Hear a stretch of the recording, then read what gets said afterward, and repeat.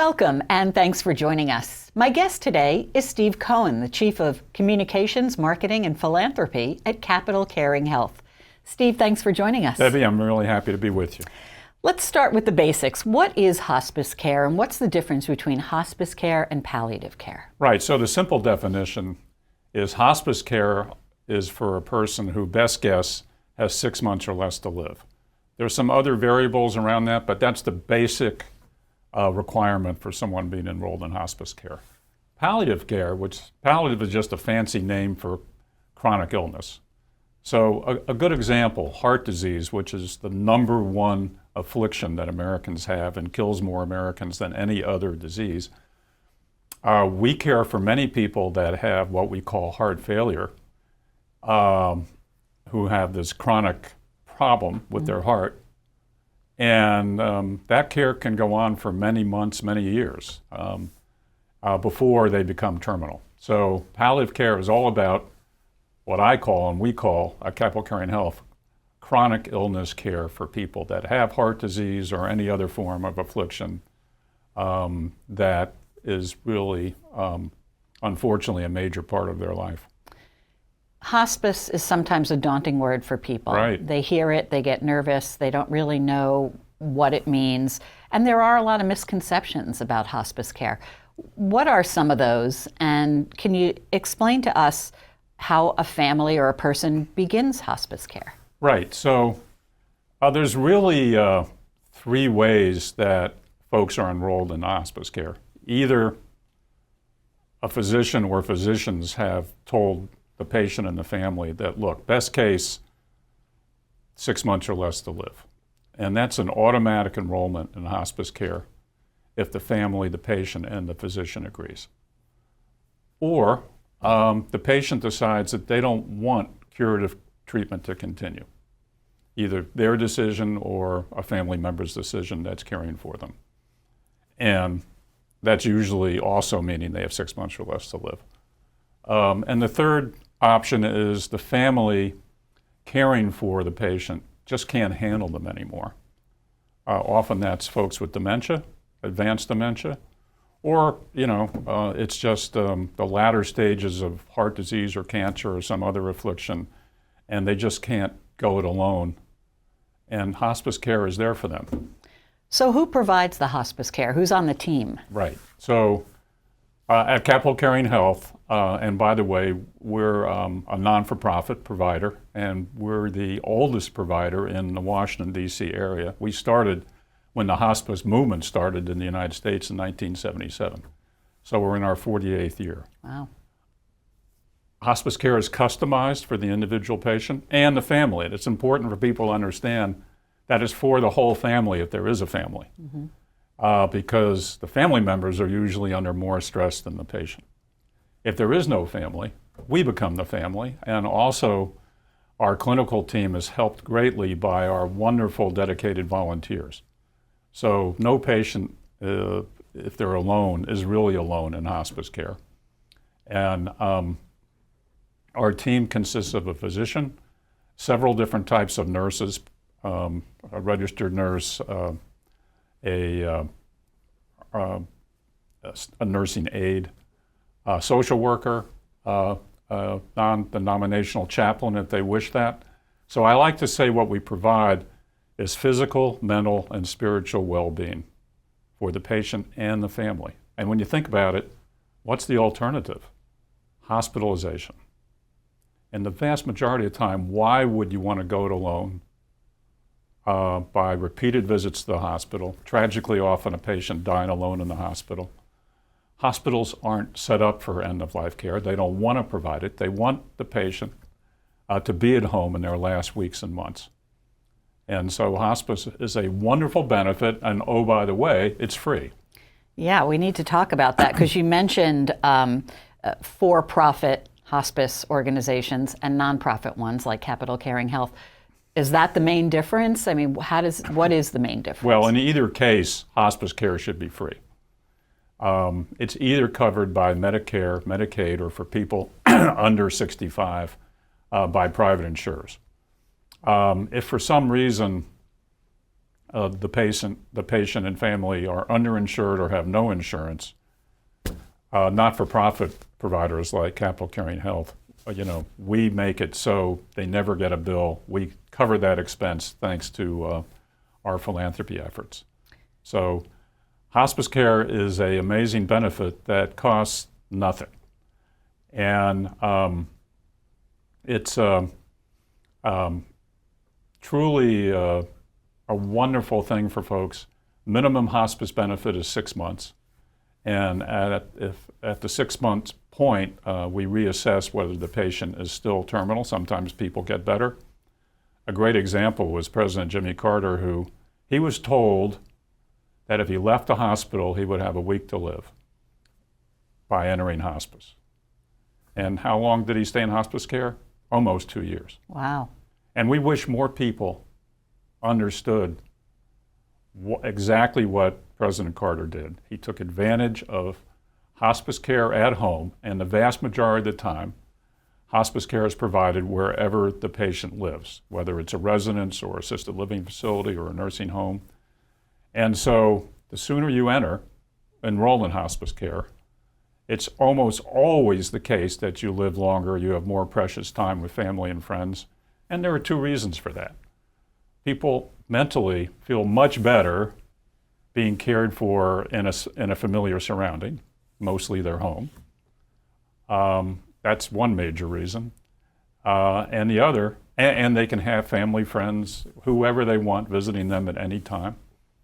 And the other reason is curative medications have been stopped, which can often prematurely harm the patient, and they may die sooner than they would have otherwise.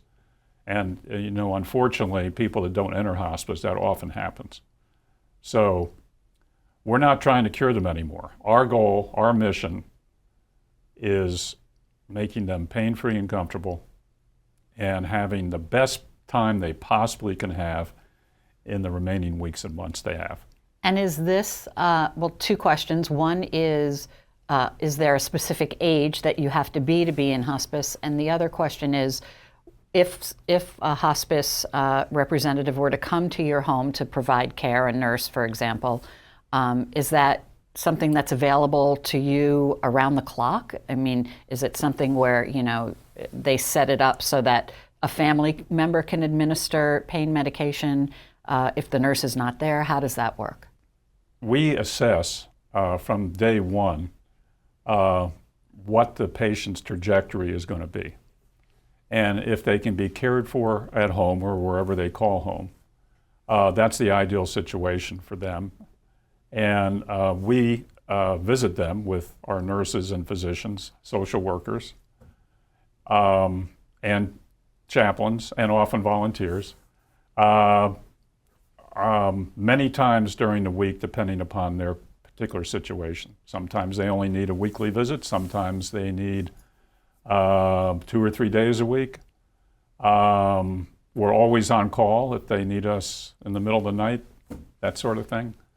And then we also provide inpatient facilities, which are few and far between because they're very expensive to operate, and for the most part, only not-for-profit providers like Capital Caring Health provide these facilities. We have one in Washington, D.C., and we have one in Northern Virginia in Loudoun County. So 5% of the time, usually in the last few weeks of life, a patient really does need around-the-clock care. Mm-hmm. And when that's the case, we move them into one of our inpatient centers. So literally, there's a nurse looking after them every hour of the day and night. And also, their family members can visit them any hour of the day or night at our facilities. It's not a hospital environment. We try to make it as much like a home setting as possible. No visiting hours, come and go as you please. They can spend the night with their loved one in the room. And we encourage, family and friends to visit anytime they want. And our task around the clock is to keep them comfortable, pain-free, and happy. And you opt into that, or that's a standard operating procedure in the last 5 weeks? If it's determined that they need that kind of around-the-clock care, then that's the reason we move them into one of our facilities. The other reason, we call it in the hospice movement respite care. And what that means is sometimes the family really needs a break for a week or so from having their loved one there and, caring for them when we're not around all the time. Dementia is an example of that. And a lot of people don't understand that dementia, like any other disease, is qualified for hospice care. So people should know that. And I understand that dementia is one of the reasons most people enter hospice care. Yeah, it's the number one affliction today that we see in hospice enrollees.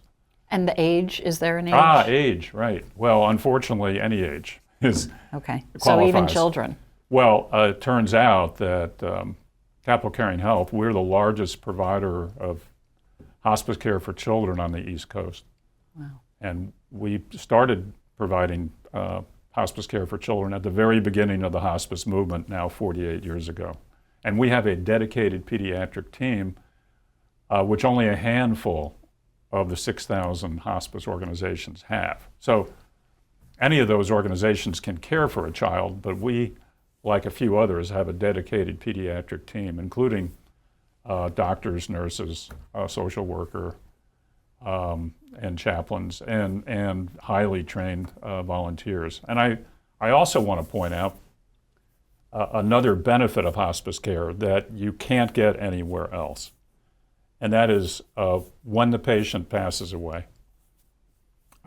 we provide bereavement counseling for as long as necessary, either one-on-one or in group settings, whatever the family wishes, for as long as necessary at no charge. And we also provide grief counseling and bereavement care for other members of the community. They don't have to have a patient relationship with us, who have suffered a loss, whether they're a child or an adult. And so our bereavement counseling is a wonderful part of the whole hospice experience. And also for community members, they don't have to have been enrolled in hospice. I was going to ask you about that because I have some personal experience having gone through hospice with both my parents. Yes. In a different state, not in this area, but the bereavement counseling was incredible and such a relief to know that that's sort of standing by. And even when I thought I was done with bereavement counseling, I was still being checked in on. Right. And I hear that all the time from families that we cared for their loved one. They often tell me that our bereavement counseling was really the most wonderful part of hospice. Yeah. I mean, it's all amazing. And it often can go on for years. What do people, I guess, to wrap it up, what do people say about hospice care to you and the team of people that show up when you are feeling pretty much at your lowest low during this process? How do people describe the benefit of hospice care to you? Well, they're thrilled with the fact that they're not trying to do this alone. And I think people really need to understand that. When you have a loved one who's terminally ill of any age, with anything, trying to manage that situation by yourselves is a terrible stress. And often the caregiver or caregivers, have physical ailments that increase as a result, physical and mental anguish, and you don't have to have that. We have this marvelous hospice benefit that was created 48 years ago in the United States so that the whole family is cared for, and even after the patient passes away, as we just discussed. Mm-hmm. And I wish people understood that the sooner you enroll your loved one in hospice care, almost always they will have more time to be with you, family and friends. Many more weeks, months. President Carter, former President Carter, was the perfect example. 22 months in hospice care. Far too many people wait far too long to enroll. And, you know, the major reason we hear is, well, I don't want to give up on life. And what I like to say to that is what you're giving up on is a better life for an extended period of time. And you're in control. When you enter hospice care, you're in control. If you want to bail out at any time, bail out, right? So, you know, we're not saying that we are managing everything and you don't have a vote. The patient and or the family can determine if they want the care to continue or not. 99% of the time they do. Sometimes people get better, and we call that releasing them from hospice care. So the patient, the family is in control. It's a wonderful benefit. It's free, and we wish more families took advantage of it in this country and in this region. Steve, thanks so much. Great information. We appreciate it. My pleasure. We've been speaking with Steve Cohn, the Chief of Communications, Marketing, and Philanthropy at Capital Caring Health. I'm Deborah Feinstein, and for more information on this series, you can go to WTOP.com and search Get on Top of Your Health. Thanks a lot. Have a great day.